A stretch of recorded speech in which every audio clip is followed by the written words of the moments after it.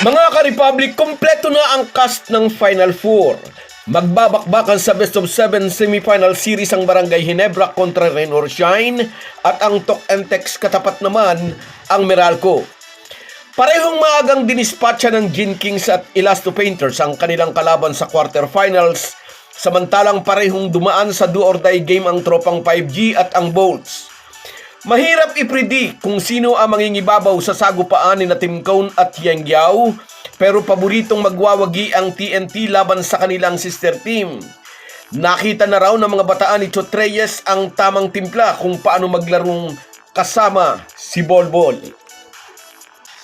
Pag-uusapan po natin yan, pero bago ang lahat ay maglalambing po ako sa inyo na isubscribe ninyo itong ating channel at kung di masyadong makakaabala ay i-like at paki-share na rin ninyo. Malaking bagay po yan sa aming mga vlogger. Maraming salamat. Mga ka-Republic, ang semis-pairing sa pagitan ng Barangay Ginebra at Rain or Shine na magiging isang klasikong kwento ng veterans experience versus youth in speed. Kumbaga sa boxing, salpukan ito ng isang master tactician na gagamit ng madiskarting suntok laban sa isang batang boksingero na walang kapaguran sa pag-atake mula round 1 hanggang round 12. Kitang-kita naman natin ang laro ng Rain or Shine, run and gun basketball.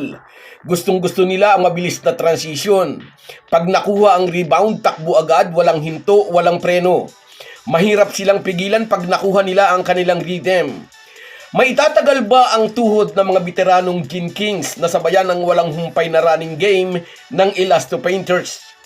Alam natin na nariyan ang veteran leadership ni na Scottie Thompson at Japit Aguilar at ang sophomore na parang veterano na kung maglaro na si RJ Abarrientos.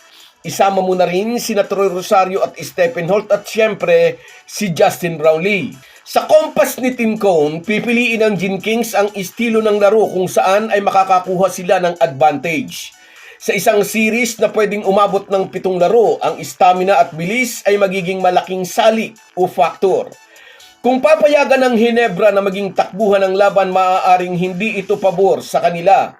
Ano nga ba ang eksaktong ginawa ni Tim Cone ng tambakan ng Ginebra ang Rain or Shine sa elimination?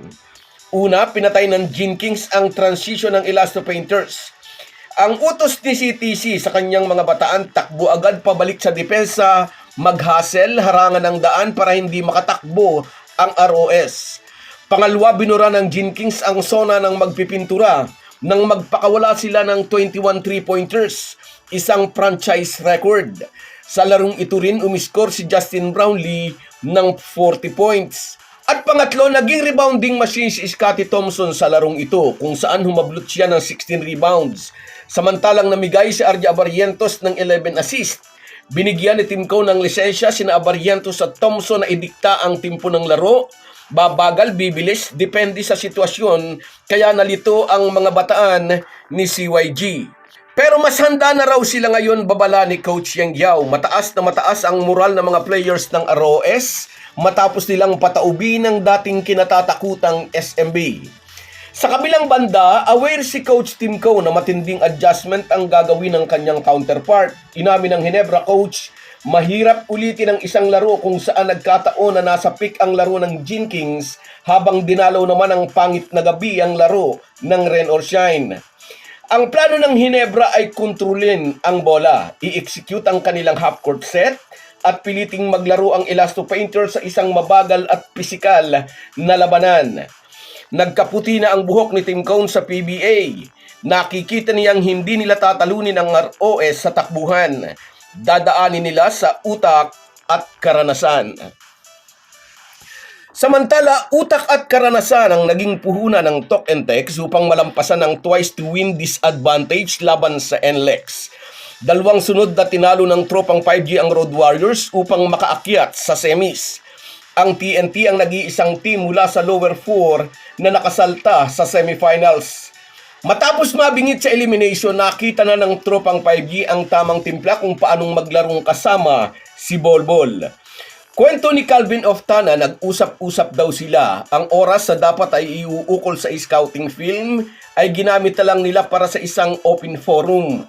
Practically ay sinabihan daw nila si Bolbol na mamasa ka rin minsan. Ang sabi raw naman ni Coach Tim Cone sa kanilang import, kailangang magtiwala ka rin sa mga locals namin. At positibo raw naman ang naging pagtanggap ng kanilang import sa ganitong mga payo at ang resulta, 2 dikit na panalo laban sa number 1 seed na NLEX.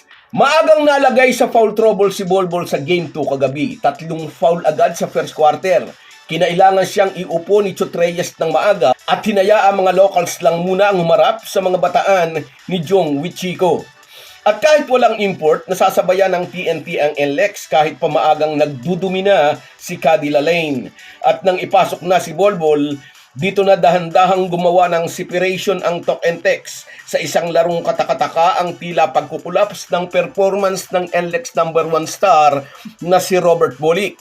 Frontrunner sa BPC Award with 41.9 statistical points, may average na 21.5 markers sa elimination round, pero nag-choke under pressure pagdating sa playoffs.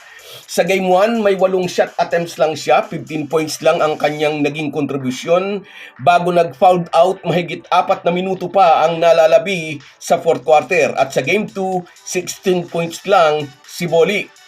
Kaya ang tanong ngayon, sa elimination round lang daw ba mahusay si Berto pero ninenervyos na raw sa mga krusyal na laban?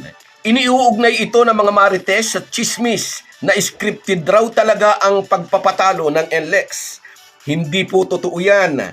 Parang tayong sirang plaka na paulit-ulit nating sinasabi, hindi totoo ang ganyang malisyosong chismis. Sadyang nakita lang ng Tok and Tex ang tamang timpla kung paano maglalarong kasama si Bolbol.